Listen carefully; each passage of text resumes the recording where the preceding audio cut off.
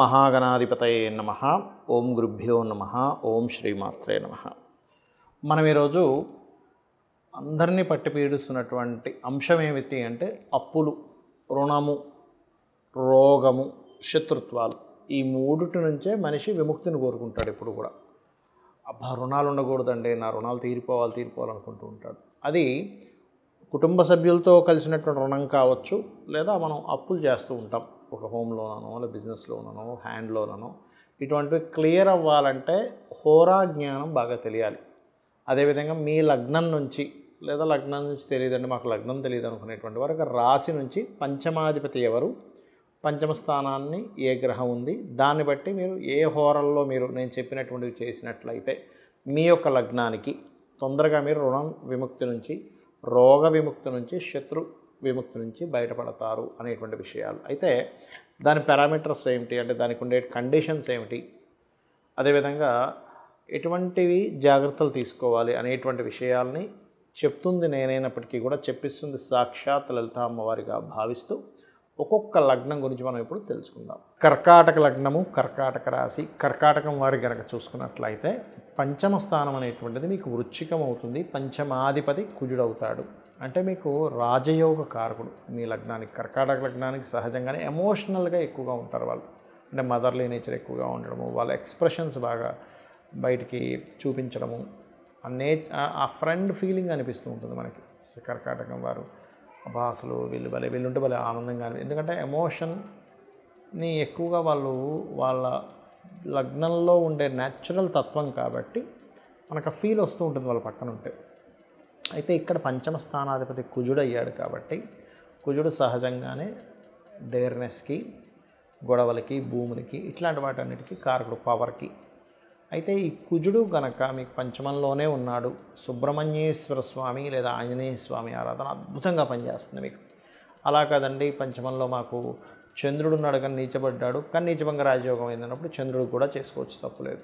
కానీ చంద్రుడు ఉన్నాడంటే ఇంకే గ్రహం లేదు, నీచబడ్డ గ్రహం కదా, మరి చంద్రుడికి చేయొచ్చా అంటే నీచబడ్డ గ్రహాలు నీచభంగ రాజయోగం కనుక కలగకపోతే ఆ సమయంలో మీరు మంత్ర సాధనో లేకపోతే ఇంకోటి ఏదో చేయడం కంటే ఆ గ్రహానికి సంబంధించి దానం ఇవ్వడం మంచిది. ఎందుకంటే పంచమంలో మీకు అక్కడ వృశ్చికంలో చంద్రుడు నీచబడతాడు కాబట్టి బియ్యం దానంగా ఇవ్వడం మంచిది. అయితే దానం ఇచ్చేటువంటి విషయంలో ముఖ్యంగా 6వ స్థానంలో ఉండే గ్రహాలకు సంబంధించిన దానం ఇవ్వడం ఇంకా మంచిది. అంటే మీ యొక్క లగ్నం నుంచి ధనస్సు రాశి 6వ స్థానం అవుతుంది. సో 6లో ఏ గ్రహాలు ఉన్నాయి దానికి సంబంధించిన దానం. అదేవిధంగా మరొక విషయం ఏంటంటే ఇప్పుడు పంచమం పాడైంది, అప్పుడు భాగ్యస్థానంలోకి వెళ్ళండి. అంటే మీనరాశి అధిపతి అవుతాడు మీకు. 9వ స్థానం అనేది భాగ్యస్థానం అంటారు. ఆ గురుగ్రహానికి దీపారాధన చేసుకోవడము, లేనట్లయితే అదేవిధంగా పంచమంలో ఏదైనా మంచి శుభగ్రహాలు ఉన్నట్లయితే శుక్రుడు, బుధుడు ఉన్నాడు, అప్పుడు శుక్ర బుధ గ్రహాలు కూడా మీరు చేసుకోవచ్చు. ఆ సమయాల్లో ఔషధ సేవనము, అప్పులు తీర్చుకోవడము, ఒక ప్లాన్ ఇంప్లిమెంట్ చేయడము, ఇటువంటివన్నీ కూడా పంచమంలో ఉండే గ్రహాలు మీకు అభివృద్ధిని ఇస్తాయి. ఇక్కడ కొన్ని కండిషన్స్ గుర్తుపెట్టుకోండి. ఏమిటది అంటే, ఒకటి మీకు పంచమంలో ఏ గ్రహం ఉంది, పంచమం అంటే లగ్నము అని ఉంటుంది మన జన్మజాతకంలో. లగ్నం నుంచి 5వ స్థానం పంచమము. అంటే లగ్నం ఒకటైతే ధనస్థానము, మన భాతృస్థానము, చతుర్థ స్థానము, పంచమ స్థానం. ఈ 5వ స్థానంలో ఏ గ్రహం ఉందో చూసుకోవాలి. ఆ గ్రహం మీకు మీ యొక్క రుణము, రోగము, శత్రుత్వాల నుంచి బయటపడేసే క్యాపబుల్ కలిగి ఉంటుంది. ఇప్పుడు మనం చూడండి, రకరకాల ట్యాబ్లెట్స్ ఉంటాయి మెడికల్ షాప్లో. అన్ని ఔషధాల్లో కూడా మనకి బాగా పనికొచ్చేది ఏమిటి అంటే, ఏమైనా మీకు తలనొప్పి అయితే ఇది వేసుకోండి అంటాం, సారిటాన్ ఏదో. జ్వరం అయితే డోలో వేసుకుంటాం, లేదంటే ఇంకో ప్రాబ్లం ఉంది, విటమిన్ B12 లోపం ఉందన్నప్పుడు ఒక ఇంజెక్షన్ తీసుకుంటాం. అంటే ఏమిటి, మీకు ఏ ప్రాబ్లం ఉందో ఆ సంబంధించింది పనిచేస్తుంది, కానీ విటమిన్ B12 మీకు జ్వరాన్ని తగ్గించదు, తలనొప్పిని తగ్గించదు. అలాగే మీ పంచమం ఎవరు, ఎందుకు అంటే రుణ రోగ శత్రుస్థానం ఏదైతే ఉందో అది 6వ స్థానంగా చెప్తూ ఉంటారు జ్యోతిషశాస్త్రంలో. ఆ 6వ స్థానానికి వ్యయభావం పంచమ స్థానం. సరే పంచమంలో అస్సలు బాగాలేవండి గ్రహాలు, సెకండ్ ఆప్షన్ ఇంకేమైనా ఉందా అన్నప్పుడు 9వ స్థానం చూసుకోవాలి. 9 కూడా పాడైపోయిందండి మాకు అనుకున్నప్పుడు లగ్నంలో ఉండేటువంటి గ్రహాలను కూడా తీసుకోవచ్చు. ఇది ముఖ్యంగా గుర్తుపెట్టుకోండి. ఇక రెండవ విషయం ఏమిటంటే, పంచమంలో ఒక్కొక్క గ్రహాన్ని బట్టి ఒక్కొక్క పరిహారం చేసుకుంటూ ఉండాలి. రవి ఉన్నాడు అనుకోండి, సూర్య నమస్కారాలు చేసుకోవడం చేస్తూ ఉండండి. అదేవిధంగా సూర్యభగవానుడికి ఆదివారాలు ముఖ్యంగా శాస్త్రంలో చెప్పినటువంటిది శ్రీతైల మధుమాంసాన్ని త్వజతే అంటే స్త్రీని కలవడము, మధువు మాంసము అలవాటు ఉన్నా సరే వాటిని ఆ రోజు వదిలేసేయడము ప్రత్యేకంగా, మరియు తలకి నూనె రాసుకోకపోవడం చేయాలి సూర్య అనుగ్రహం ఎక్కువగా కావాలంటే. ఎలా అంటే ఇప్పుడు మనకు చూడండి, ఒక హెల్త్ ఇష్యూ ఉంది, డాక్టర్ గారు ఏం చెప్తారు, అయ్యా మీరు ఈ ఈ ఆహారపు అలవాట్లు చేసుకోండి అంటాం.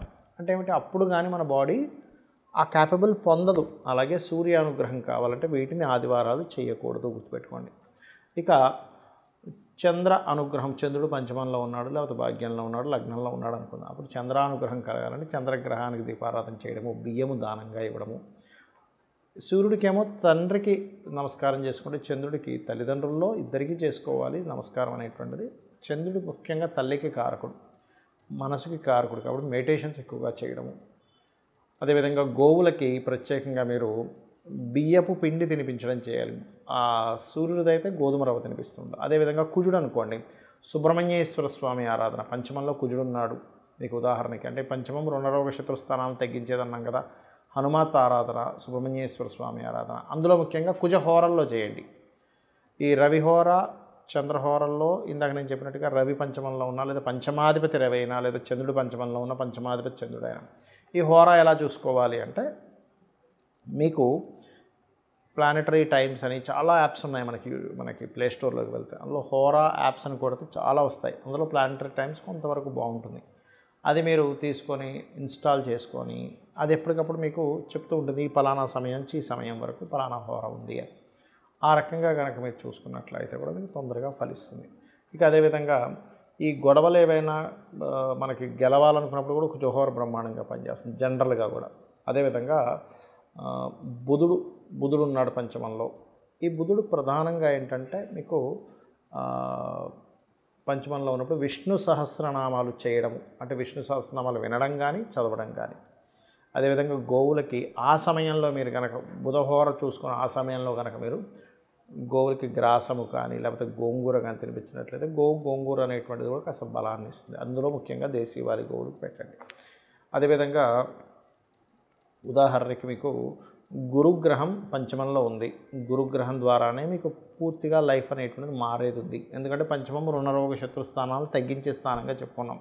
ఉపాసనా స్థానము మంత్రస్థానంగా అంటూ ఉంటారు పంచమ స్థానాన్ని. అయితే ఈ పంచమంలో గురువు ఉన్నాడు, దక్షిణామూర్తి స్తోత్ర పఠనం, గోవులకి అరటికాయలు తినిపించడం గురుహోరలో చేస్తూ ఉంటారు. ఇక శుక్రహోర ఫైనాన్షియల్ ఇంప్రూవ్మెంట్స్కి ఎక్కువగా కూడా చేస్తూ ఉంటారు.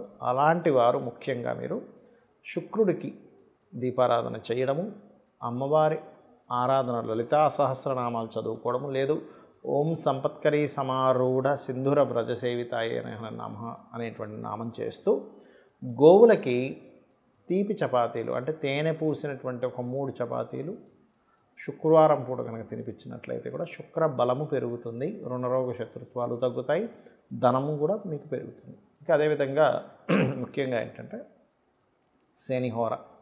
ఉదాహరణకి శని పంచమంలో ఉన్నాడు, చాలామంది భయపడతారు, అమ్మో శని పంచమంలో ఉన్నాడు పిల్లల ఆలస్యం అవ్వాలంటే ఆ శని పోర్ట్ఫోలియో పొందాలి పంచమంలో శని ఉన్నప్పుడు. అంటే అపోహ ఇలా ఉంటుందని చెప్తున్నాను. అలాంటప్పుడు మీరు ఏం చేయాలంటే శనిహోరల్లోనే గోవులకు బెల్లం తినిపించడము, నువ్వులు దానంగా ఇవ్వడము, నవగ్రహాలు శని భగవానుడి దగ్గర దీపారాధన చేయడం, ఇవి ఎక్కువగా చేస్తూ ఉండండి. ఇక రాహుకేతువులు ఉంటారు, కానీ దీనికి హోరా ఉండదు. కానీ రాహు కానీ కేతు కానీ పంచమంలో ఉన్నప్పుడు రాహు పంచమంలో ఉంటే శనిహోరలో చేసుకోవచ్చు, కేతు పంచమంలో ఉంటే కుజహోరలో కానీ, లేదా రాహు పంచమంలో ఉన్న రాహుకాలంలో మీరు రెమెడీ చేసుకోవచ్చు. కేతు పంచమంలో ఉంటే గుళిక కాలంలో చేయొచ్చు. అయితే ఇది ఎక్కువగా రాహుకాలం గుళిక కాలం అనేటువంటిది విదేశాల్లో ఎక్కువగా పాటిస్తూ ఉంటారు, గుర్తుపెట్టుకోండి. ఇక అదేవిధంగా మరొక విషయం ఏంటంటే గణపతిని ఆరాధించడం. కేతుగ్రహం సరిగ్గా లేదు అంటే మీకు కేతు పంచమంలో ఉన్నాడు, కొంచెం సహజంగా కేతు పంచమంలో ఉన్నప్పుడు కొంచెం ఆలోచనాపరంగా కొంచెం సంతానపరంగా కొంత స్ట్రెస్ ఉంటూ ఉంటుంది, గణపతి ఆరాధన ద్వారా పోతుంది. రాహు పంచమంలో ఉన్నాడు, ఎక్కువ భయాలు ఉంటుంటాయి, అమ్మో ఏమవుతుంది ఏమిటో అనేటువంటిది చిన్న తెలియని ఒక భయాలు మనల్ని వెంటాడుతూ ఉంటాయి. అటువంటిప్పుడు దుర్గా ఆరాధన, ఓం దుమ్ దుర్గాయ నమః అనే నామస్మరణ చేయడం అన్ని విధాలా ఉత్తమం. అయితే ఇప్పుడు నేను చెప్పినటువంటిది ఏదైనా కానీ రెగ్యులర్గా చేయండి. ఒకరోజు చేసి 4 రోజులు మానేస్తే దీని ఫలితం ఉండదు. హోరా యాప్లోకి వెళ్ళినట్లయితే హోరా ఎప్పుడు ఏ హోరా నడుస్తుందని చూపిస్తుంది. దాని పరంగా మీరు చేసుకున్నట్లయితే మీరు ఖచ్చితంగా మీ లైఫ్లో చేంజ్ అనేటువంటిది చూస్తారు. మీరు బాగుండాలని, అమ్మవారి అనుగ్రహం మీకు పరిపూర్ణంగా ఉండాలని మరోసారి మనస్ఫూర్తిగా కోరుకుంటూ శ్రీమాత్రే నమః.